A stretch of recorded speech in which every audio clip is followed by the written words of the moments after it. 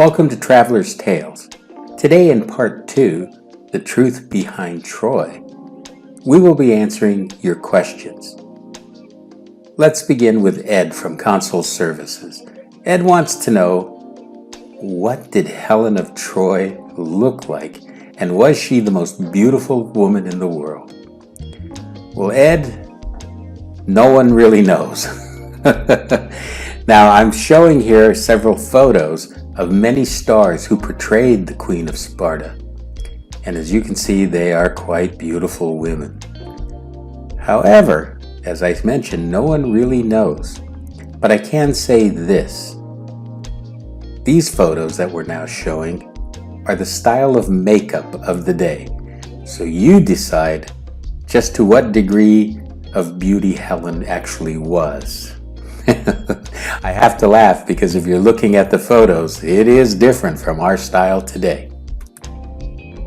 Going through the emails, I found an interesting one from Mark Fallon. He wants to know, in which Greek city-state did Homer live? Mark, tradition has it that Homer was born on the Greek island of Chios, and actually in the town of Vrantados. Now here's an interesting little tale for you. Locals have designated a rock formation as Homer's Rock. They believe that this is where Homer sat while contemplating the Great War of the Bronze Age. Now on a side note, tradition also has it that Christopher Columbus was born on the Greek island of Chios. Moving right along, Haley made a comment that she was surprised by the extent of punishment endured by Cassandra. Well, Haley, I think in this part of the story we have basically a morality tale. You know, she didn't keep her word to Apollo. She made game of the gods and she was severely punished.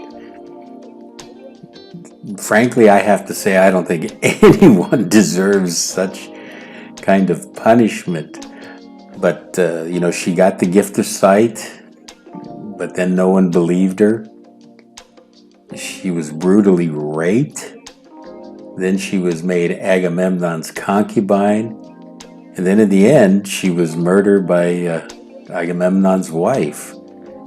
I don't know how anyone could rationalize that, but my own personal opinion here is you don't cross the gods. Well, let's see here. Thomas Shaw asked a pertinent question. Tom wants to know, how was Agamemnon able to rally the Greeks? Well, sir, according to Homer, the kings of the most powerful city-states all swore allegiance to defend the honor of Helen, whom they all secretly desired. And as we know by the story, Agamemnon's brother, Menelaus, married her. Now, my personal belief is that the Greeks had expanded throughout the Aegean, and they needed to form an economic and political alliance to maintain their holdings.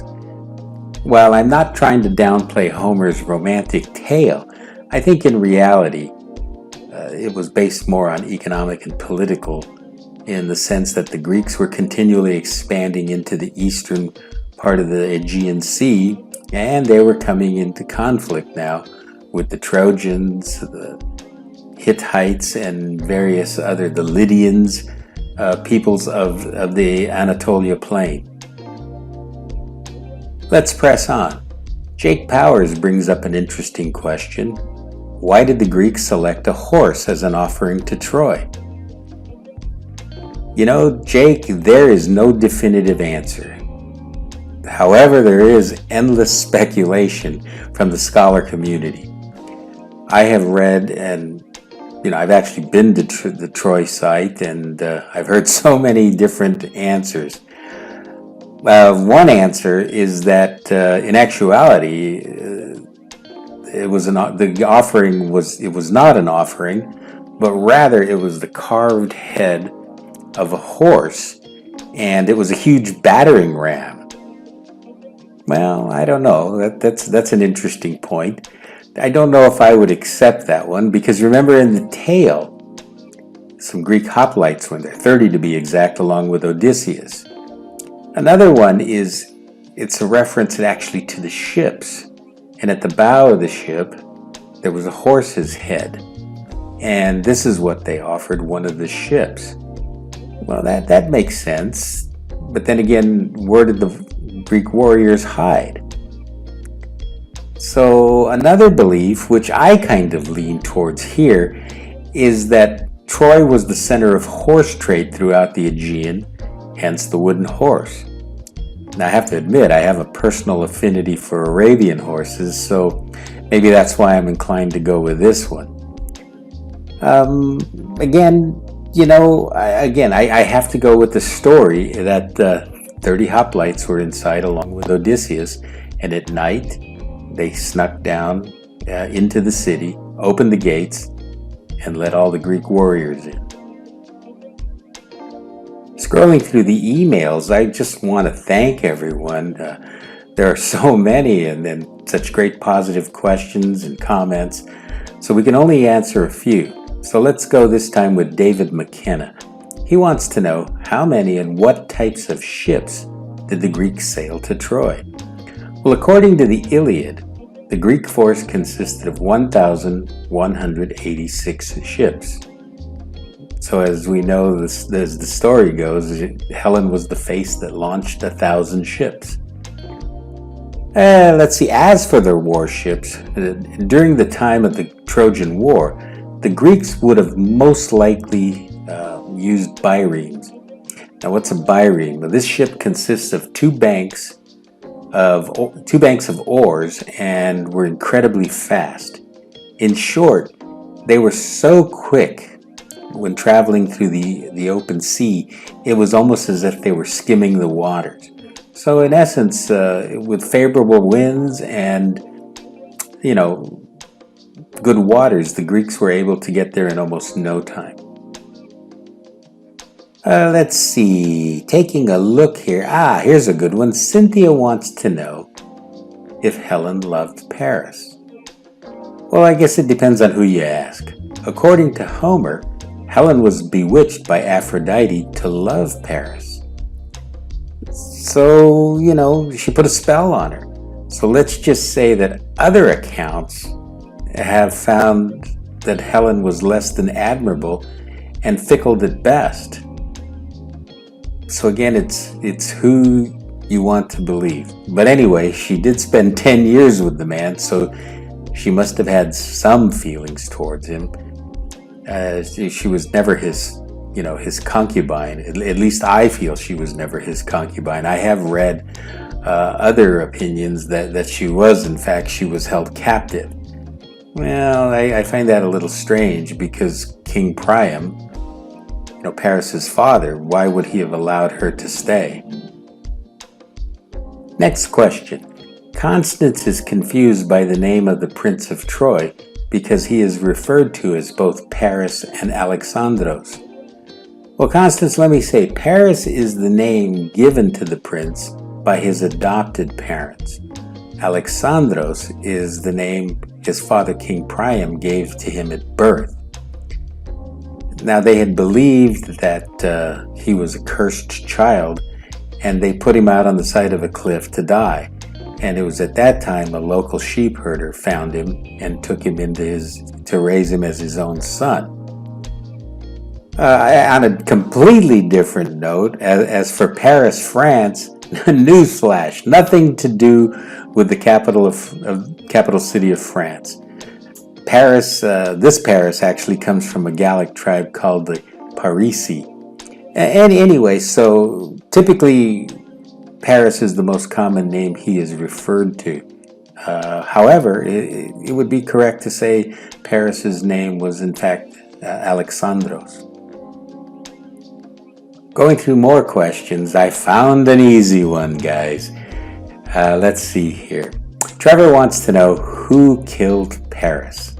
Well, this time I don't have to speculate, or you have to decide, or listen to all different kinds of ideas. Paris was killed by Philocrates. Who was he? Who was Philocrates? He was one of the many Greek heroes. Well, Sarah has a pertinent question. She wants to know, why does Homer refer to the Greeks as the Achaeans? Well, during the Bronze Age, the Achaeans is basically a collective name for the Greeks. I would also like to add that during the historical period, the Greek city-states in the north-central Peloponnese formed a confederation, and this confederation of city-states was known as the Achaean League. I was wondering who would ask the million-dollar question. Katerina wants to know, what happened to Helen after the war? Well, would you believe Helen returned to Sparta with Menelaus, and they lived out their lives together. And upon their deaths, they shared the afterlife in what the Greeks called Elysium. This is basically their version of heaven. It's a place of ideal happiness. So I guess we could say that Homer was a bit of a romantic. Everything worked out in the end. No wonder Hollywood loves the Trojan War. Friends, we have time for one more question. Driver Girl from Poland wants to know, who is Greg Alonzo? Well, I guess you could say I'm a frustrated Indiana Jones. I wanted to study archaeology.